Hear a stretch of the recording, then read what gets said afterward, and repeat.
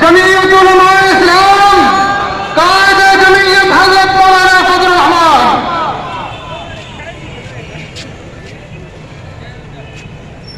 نحمده ونصلي على رسوله الكريم. أما بعد فأعوذ بالله من الشيطان الرجيم. بسم الله الرحمن الرحيم. فليعبدوا رب هذا البيت الذي أطعمهم من جوع وآمنهم من خوف. صدق الله العظيم.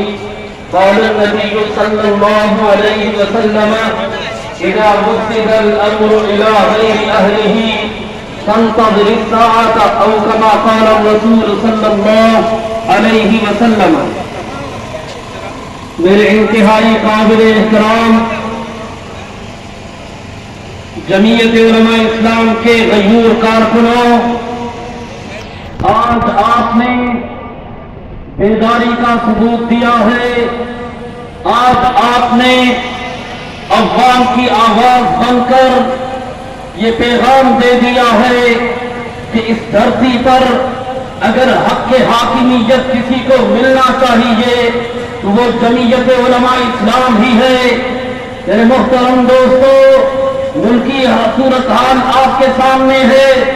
غریب تر ہوتا جا رہا ہے. عوام کا جینا کو بھر کر دیا گیا ہے.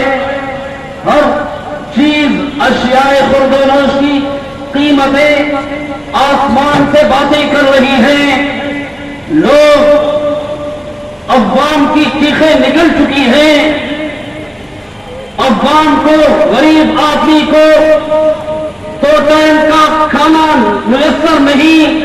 اگر گھر میں کوئی شخص بیمار ہو جاتا ہے تو اس کے علاج و معالجے کے لیے کوئی رقم نہیں. انتہائی اضطراب کی کیفیت ہے. پوری قوم پریشان حال ہے. اور یہ حکمران اتنے بے حس ہو چکے ہیں کہ ایک طرف قوم احتجاج کر رہی ہے، مہنگائی کا دم پھٹ چکا ہے، اور یہ حکمران لوگوں کو سبز باغ دکھا رہے ہیں. یہ وہی حکمران ہیں جنہوں نے الیکشن کیمپین میں کہا تھا کہ ہم 1 کروڑ نوکریاں دیں گے. یہ وہی حکمران ہیں جنہوں نے الیکشن کیمپین میں کہا تھا ہم 50 لاکھ گھر دیں گے. یہ وہی حکمران ہیں جن حکمرانوں نے کہا تھا الیکشن کیمپین کے دوران کہا تھا ہم کرپشن کا خاتمہ لائیں گے. میرے محترم دوستو، یہ وہی حکمران ہیں جنہوں نے طرح کے سبز باغ دکھائے تھے. آج صورتحال آپ کے سامنے ہے. 1 کروڑ نوکریاں اپنی جگہ پر سرے روزگار لوگوں کو روزگار کا روزگار چھینا گیا. ٹھیلے والوں کے ٹھیلے اٹھوائے گئے. ریڈی والوں کو پریشان کر دیا گیا. میرے محترم دوستو، صورتحال کیا ہے؟ 50 لاکھ گھر تو اپنی جگہ پورے ملک کے طول و عرض میں غریب عوام کے گھروں پر بلڈوزر گھمایا گیا. کیا ان حکمرانوں سے اب بھی کسی کو یہ امید ہے، یہ طمع ہے کہ یہ عوام کے بھلائی کا کام کریں گے؟ ایسا نہیں ہو سکتا. جب ایسا نہیں ہو سکتا تو میں اپنے شہر کے ان لوگوں کے بے حسی پر بھی افسوس کرتا ہوں کہ پورے علاقوں سے جمعیت علماء کے کارکن تو نکل آئے، لیکن ہم اپنے دکانوں کو چھوڑ کر ان کے شانہ بشانہ کھڑے نہیں ہو سکتے ہیں. کیا مسئلہ ہے؟ اتنے بے حس ہم کیوں ہو گئے ہیں؟ میرے محترم دوستو، اس کرپشن کے مارے لوگ اب پریشان ہیں. ہم قائد محترم کے حکم پر لبیک کہتے ہیں. اب تو قائد کا حکم یہ ہے کہ اس مہنگائی کے خلاف احتجاج کرو. جب قائد کا حکم ہوگا میدان میں نکل آؤ. کون کون تیار ہیں؟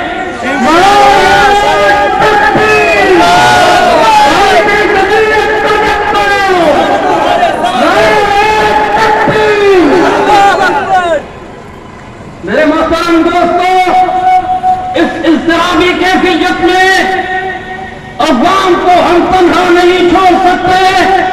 اس اضطرابی کیفیت میں اپنے اہلیان وطن کو تنہا نہیں چھوڑ سکتے. اس موجودہ معروضی صورتحال میں ہم حکمرانوں کا راستہ روک کر ہی دم لیں گے. تیار ہو؟ انشاءاللہ کون کون تیار ہے؟ ہم تیار ہیں.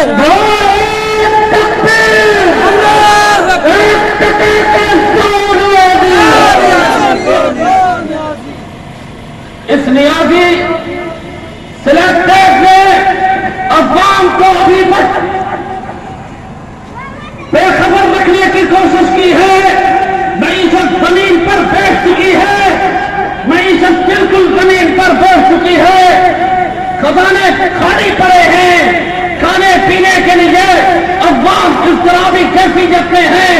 اور یہ ابھی بھی کہہ رہا ہے کہ پریشان نہ ہونا, پریشان نہیں ہونا, گھبرانا نہیں. ہم پوچھنا چاہتے ہیں اس نیابی سے کہ ہم کب تک گھبرانا شروع کریں.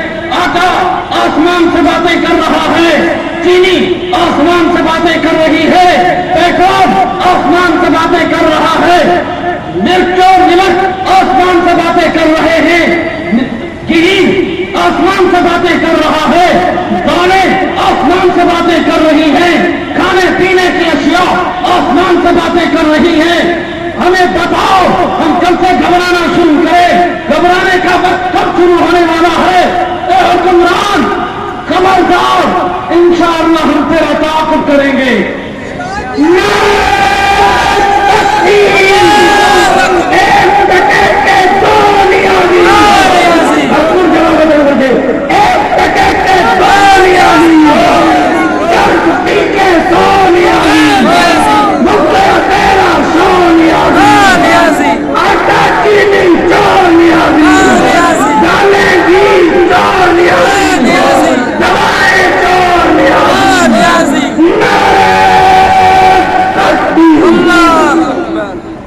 اور آخر میں میں حکمرانوں کو متنبہ کرنا چاہتا ہوں, ختم نبوت کے مسئلے پر, ناموس رسالت کے مسئلے پر اگر کوئی جماعت احتجاج کر رہی ہے